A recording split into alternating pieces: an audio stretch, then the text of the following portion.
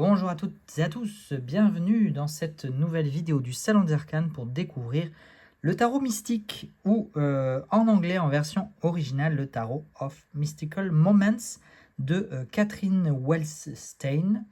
Un jeu que vous avez vu et revu partout, ça a été un des plus grands best-sellers je crois de ces dernières années. 2022 pour l'édition française, 2020 pour l'édition américaine, US Games, l'édition originale.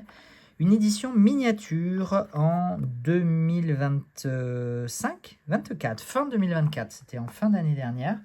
Ce tarot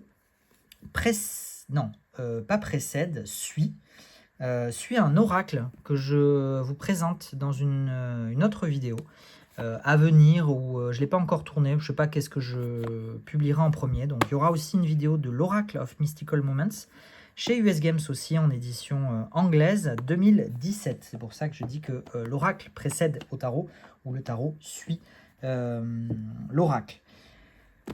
Je sais pas lequel vous présenter des deux. Alors, petit aparté là en début de vidéo, je n'ai pas la version française en boutique pour le moment. En tout cas, c'est une édition AGM Urania.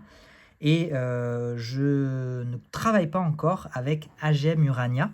Je travaille avec la maison d'édition Grimaud-Dussert qui fait partie du groupe AGM Urania. Mais AGM Urania a aussi des références hors Dussert, hors Grimaud. Donc pour l'instant, je n'ai pas ces références en boutique, mais il n'est pas exclu que je m'approvisionne prochainement du tarot mystique qui fait partie des références un petit peu emblématiques quand même de ces dernières années. Mais sinon, vous retrouverez en boutique, alors possiblement en rupture temporaire, hein, comme vous le savez probablement si vous êtes adepte, si vous suivez les actualités du Salon des Arcanes. Je ne peux pas avoir du stock de tout le temps, donc il est assez régulier qu'il y ait des ruptures de stock, mais ce sont des références US Games, éditeur américain avec lequel je travaille en grande proximité, donc je m'approvisionne très régulièrement, une fois tous les 2 mois ou une fois tous les mois quand il y a beaucoup de nouveautés. Donc pas d'inquiétude, ces références-là reviendront bien évidemment en boutique si elles sont en rupture temporaire au moment où vous regardez cette vidéo. Qu'est-ce qu'on peut se dire par rapport à ces deux jeux? Je ne sais pas lequel vous présenter des deux. En tout cas, déjà, moi, ce que je peux vous dire, c'est que pour avoir moi-même traduit et édité un jeu, le Deviantmoon Tarot, et très prochainement le Triomphe de la Luna, des jeux sous licence US Games, je suis un petit peu familier du coup, et donc je sais que ça sera la même qualité. Voilà, c'est la même qualité d'impression, c'est la même boîte, même si il y a des illustrations, l'illustration de la boîte diffère un peu. Entre les deux, vous voyez, c'est exactement le même packaging, la même qualité de carte, la même finition. Généralement, les jeux sont imprimés au même endroit, etc. Donc, il y a effectivement quelques petites différences au niveau, on le voit là, au niveau de la mise en page, par exemple. Et c'est assez intéressant puisque dans l'édition anglaise, il y en a une page par jeu. Mais vous le savez, si vous avez écouté les vidéos que j'ai faites sur la traduction du Deviantmoon ou du Triomphe de la Luna, souvent les traductions françaises sont plus longues que le texte original en anglais. Et donc là, ils ont fait le choix de déjà d'écrire un peu plus petit, j'ai l'impression, et de ne pas sauter de page pour chaque carte, ce qui permet, in fine, de gagner pas mal d'espace. Donc c'est plutôt smart. Je vois qu'ils ont aussi changé un petit peu en termes comment on dit, d'ordre de présentation.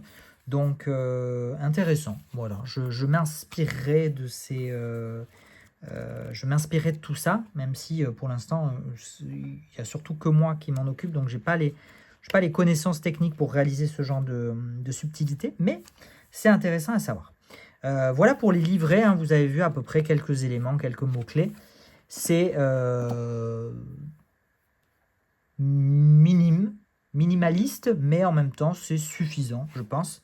Je trouve que c'est plutôt bien. La boîte, elle aussi, est plutôt pas mal. La version US Games, alors, c'est possiblement une réédition ou pas. Non, j'ai pas l'impression. Mais en tout cas, on voit qu'il y a une impression à chaud ou à froid. Alors, je sais jamais, mais vous voyez, avec ces encres ces encres un petit peu métallisées, un petit peu brillantes sur la boîte. Donc ça, c'est très élégant, c'est très très beau. Je trouve que ça donne un cachet un petit peu plus, un petit peu supplémentaire. C'est moche, un petit peu supplémentaire à la boîte version anglaise. En ce qui concerne la version miniature, on a une Tuckbox. US Games a fait quelques grandes références comme ça en version miniature. Ils ont fait un Rider-Waite-Smith classique. Ils ont fait le Mystical Moments, le Deviant Moon en anglais. Ils en ont fait le 8 Coin Status aussi, je crois, et peut-être encore un autre. Voilà, en version miniature. Quand je dis miniature, c'est-à-dire que voilà la taille des cartes.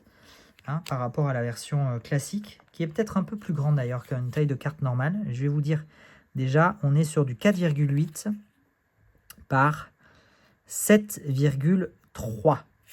Voilà, pour la taille de la version miniature, pour lesquelles les tranches sont neutres, et on est par contre sur une qualité de carte finition satinée, mat, finition satinée, et c'est du papier cartonné.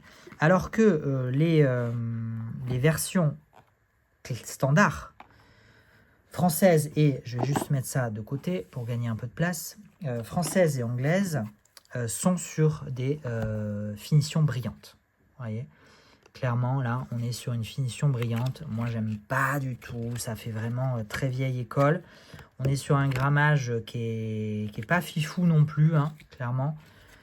En même temps, quand on a 78 cartes, il vaut mieux avoir un grammage, pour du mass market, bien évidemment, c'est de la grande distribution, je ne l'ai pas précisé, mais ça allait de soi.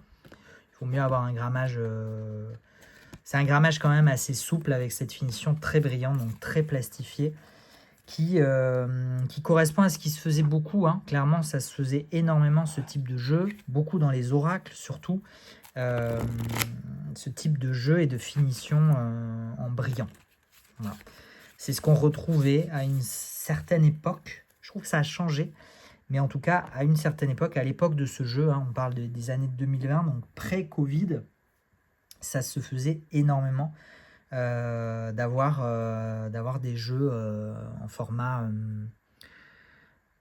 finition brillante. Vous voyez, on a toujours US Games, ils mettent toujours leur... alors là, c'est pas trop mal inséré, et puis en plus on respecte la symétrie, mais c'est pas systématique. Parfois on n'a pas ce respect de la symétrie, et on le retrouve aussi sur l'image de la version française. Voilà. Au niveau, pour le reste, on a... Est-ce qu'on a la même... oui, c'est la même police, mais pas tout à fait la même... vous voyez, on a une version un peu plus gras, un peu plus épaisse de traits par rapport à la version française. Mais sinon, c'est bien évidemment les mêmes cartes, les mêmes illustrations. Et on a... je trouve qu'on n'a même pas de différence de teinte. Ou alors si, un petit peu, mais alors c'est vraiment très léger. Je pense que la finition brillante permet du coup de rendre les différences de teinte quasiment invisibles. Ce jeu, je le découvre. Vous avez vu, vraiment, j'étais en train de l'ouvrir. Les tranches étaient un petit peu collées entre elles. C'est ce qui arrive quand on a des tranches peintes comme celle-là, donc en argent, en métallisé. Parce que, je vous montre la taille des cartes, c'est exactement la même. Je vous ai dit d'ailleurs que je vous faisais la dimension, parce que j'ai l'impression que c'est un peu plus grand. Oui, on est sur du 8,2, donc c'est clairement plus grand, par 12,7. Voilà. Je ne sais pas quelle version je vous montre. Je j'arrive pas à me départir d'une préférence pour la version anglaise, moi, personnellement. Et comme j'ai pas la version française encore en boutique, je vais vous montrer la version anglaise. Voilà, on va rester raccord. Tac, tac, tac. Laissez-moi faire mon petit bazar, que je me réinstalle.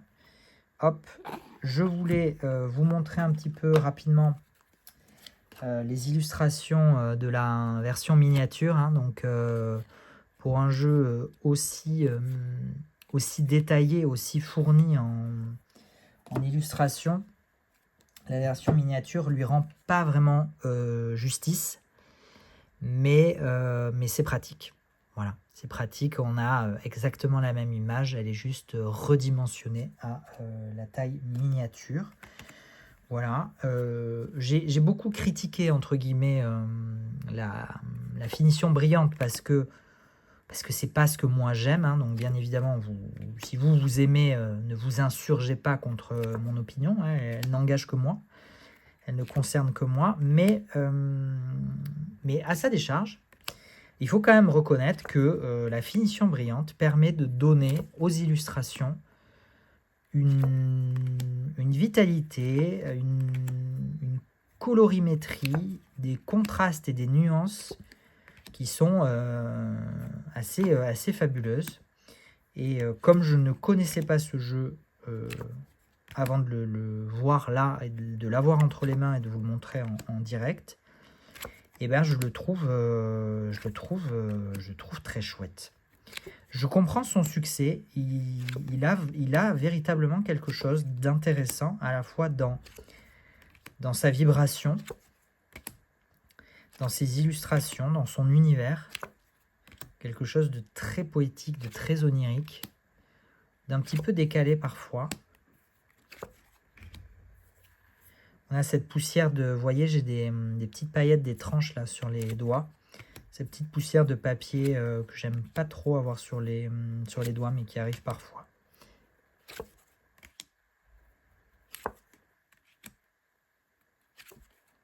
Hop, j'ai quelqu'un qui essaie de m'appeler.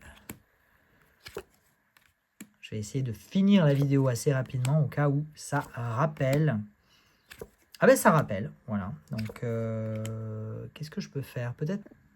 Donc j'ai bien été coupé, mais c'était un coup de fil important. Il a fallu absolument que je le prenne. Du coup, j'ai 2 vidéos. Il va falloir que j'apprenne à faire du montage vidéo pour regrouper les deux. Voilà, c'est pas grave. J'avais pas fait gaffe, mais on a des versions alternatives de certaines cartes. J'ai pas regardé avec attention. Vous voyez, j'étais focus sur les illustrations.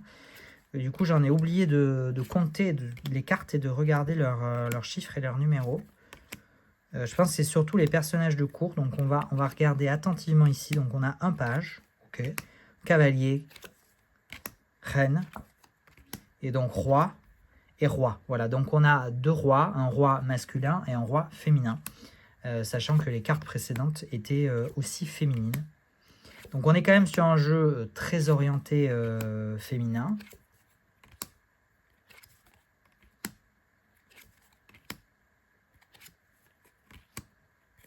Avec une grande majorité, pas que, mais une grande majorité quand même de représentation féminine.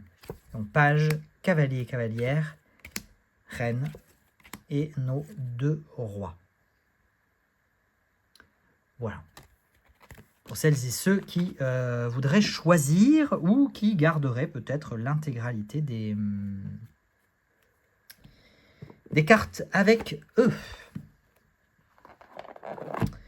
Voilà, j'en ai terminé avec ce Tarot of Mystical Moments, c'est ça. Le tarot mystique en français.